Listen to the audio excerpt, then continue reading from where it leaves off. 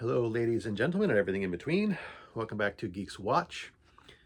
Today I want to talk about the Muppet Christmas Carol. It's Christmas season. Well, it's December. According to the Hallmark Channel, it's been Christmas since October, but that's another story.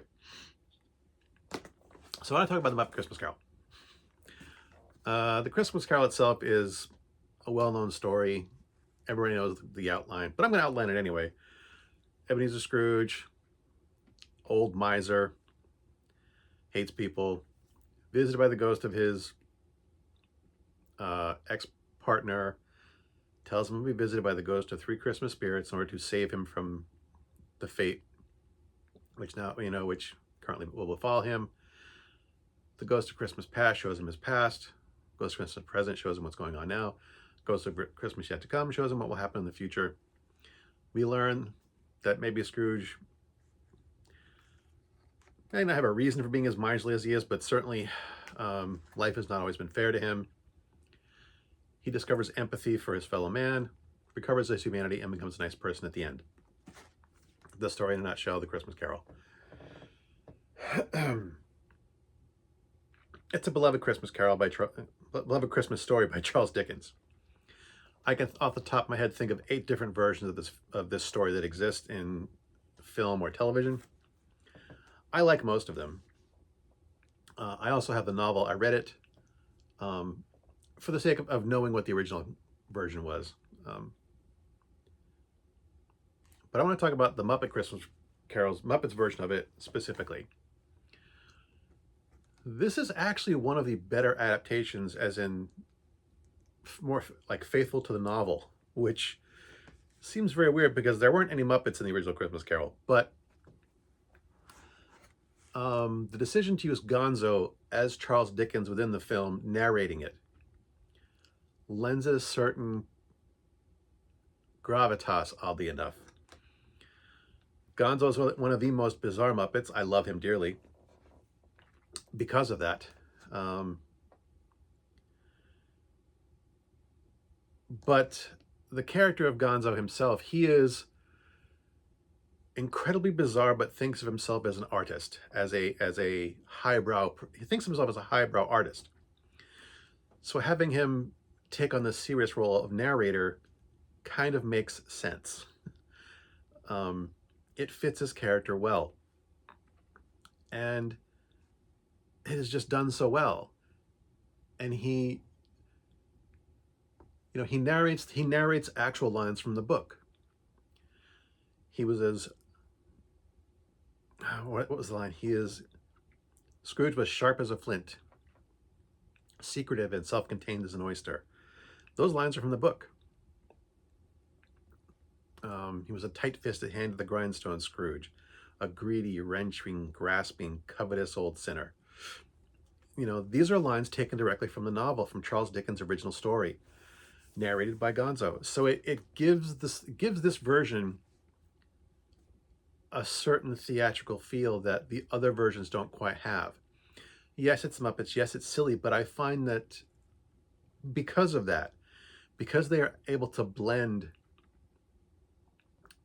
the deep storytelling elements of Charles Dickens' novel with the absurdness of the Muppets, this is just perfect. It's one of the things that the Muppets, when the Muppets do it well, they do it beautifully well, and this is one of their it's one of their better films. It really, really is. I love this film. There are a couple more things I want to talk about that I love about the film, and then I might have some criticisms. One of the things I also love about the film is the attention to detail. It may be the Muppets, but everything, you have to realize the sets were all built by hand because they have to accommodate not just the human actors, but the Muppets themselves. So, you have to be able to design the sets in such a way that the human actors can stand in one place and the Muppets can stand near them.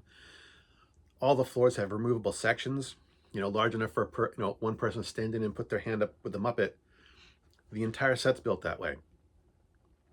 And so there's that right there, the skill and craftsmanship in just designing the sets, which I always love of all the Muppet films.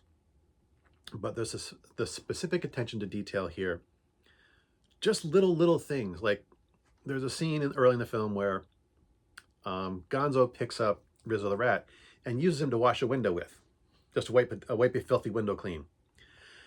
And if you look at it carefully, you notice that they match this, like the clean streaks in the glass perfectly match Rizzo's body outline.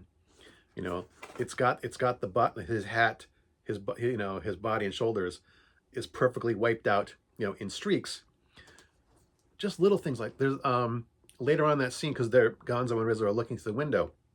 When you're inside that room looking out, anytime that specific window comes into frame, Gonzo, you can see Gonzo looking out, outside looking in.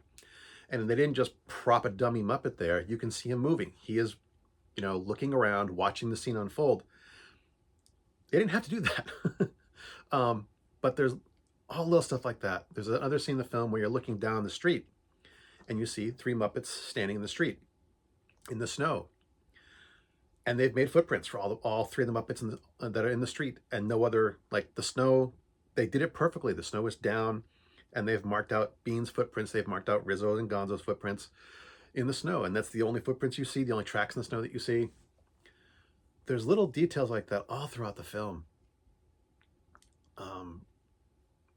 Little design marks. Little behind the scene note is that like all the businesses you see on the street, there's a business with a shop sign on it. The names are all references to something. They have references to Statler and Waldorf, but also some of the other names of businesses are names of people who worked on the film in one way or another, or were behind the scenes.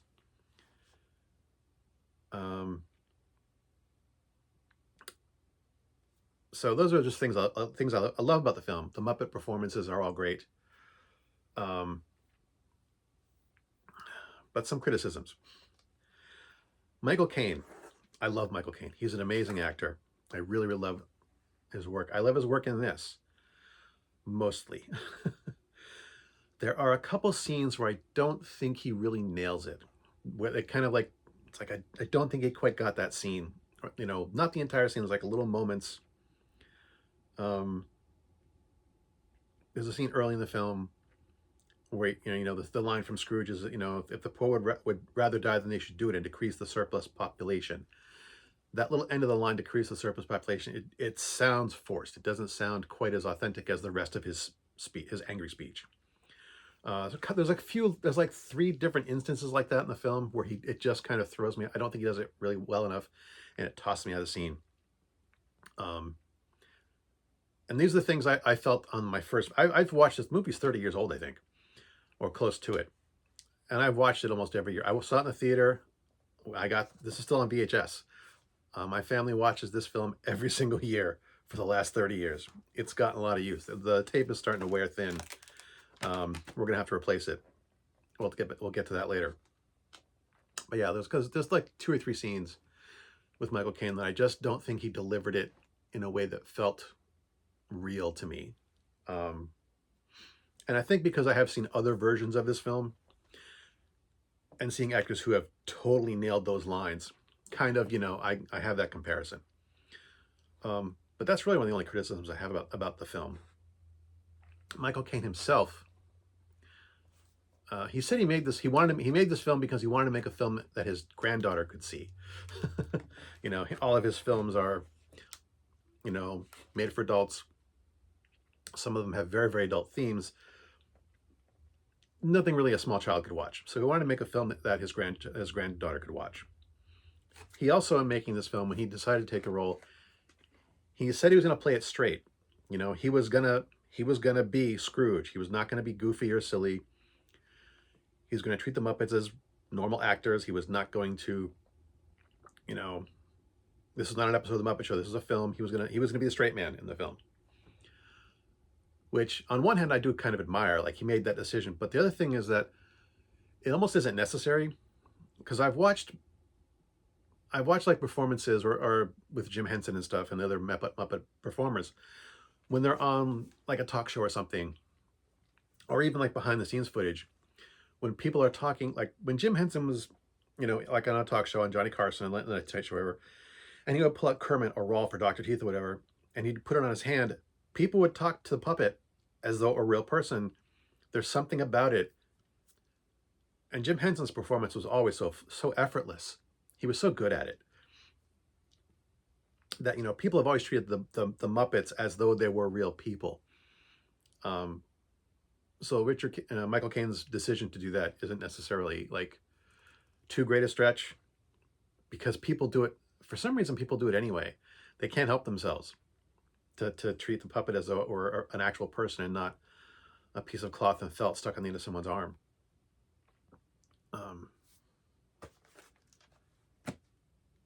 What was I going to say? Something I was going to say about. I have another thing, but I lost my train of thought on something else. One of the reasons I still have this VHS tape, because I have been trying to replace my VHS tapes with DVDs or now Blu-rays, since Blu-rays are. Yes, I'm still keeping them. And my reasons for doing that are the same as I've always been. If I have a physical copy, Netflix and Apple can't take it away from me. I have it, it's mine. Yes, it takes up space, but I have it and they can't take it away from me. They can't decide to not let me watch it anymore. But one of the reasons I still have this VHS tape, there's a song at the end of the Ghost of Christmas Past episode called The Love Is Gone. It was not in the theatrical version. It was actually removed because during test screenings, the kids who were watching it didn't seem to like it very much. They seemed restless. So they took it out of the final version. But it's in this version. I have it it's on this VHS tape. And I really, really like the song and the performance. I think it really helps sell the scene. I think it's a good and necessary addition to the story. And I think its removal is a mistake. I did go out and buy this on DVD, and the song had been cut out. They had released the theatrical version of it. I'm not going to replace this until I know I can get the version with the Love Is Gone song. My whole family likes the song. We all agree that it is a good song. It is a good part of the story, and it helps. You know, it helps them. When my kids were little, they loved it. They didn't get restless. And yeah, this is just a great rendition of the story. I know everyone doesn't love the Muppets as much as I do. It's something that I've always, and the Muppets are something I've always enjoyed. I remember as a little kid, before the Muppet Show, before Sesame Street, I remember the Muppets doing television commercials and seeing Jim Henson perform stuff on talk shows and stuff when I was a little boy. I've always loved puppetry as an art form, so I'm always going to love these, depending on how good they are. I admit that not everything the Muppets produce is solid gold, but I do love the art form. And while this is not necessarily my favorite version of the Christmas Carol, this is definitely a top-tier Muppet movie, and worth watching every single season. As always, thanks for watching. As always, my stuff is crap. And until next time, good hunting.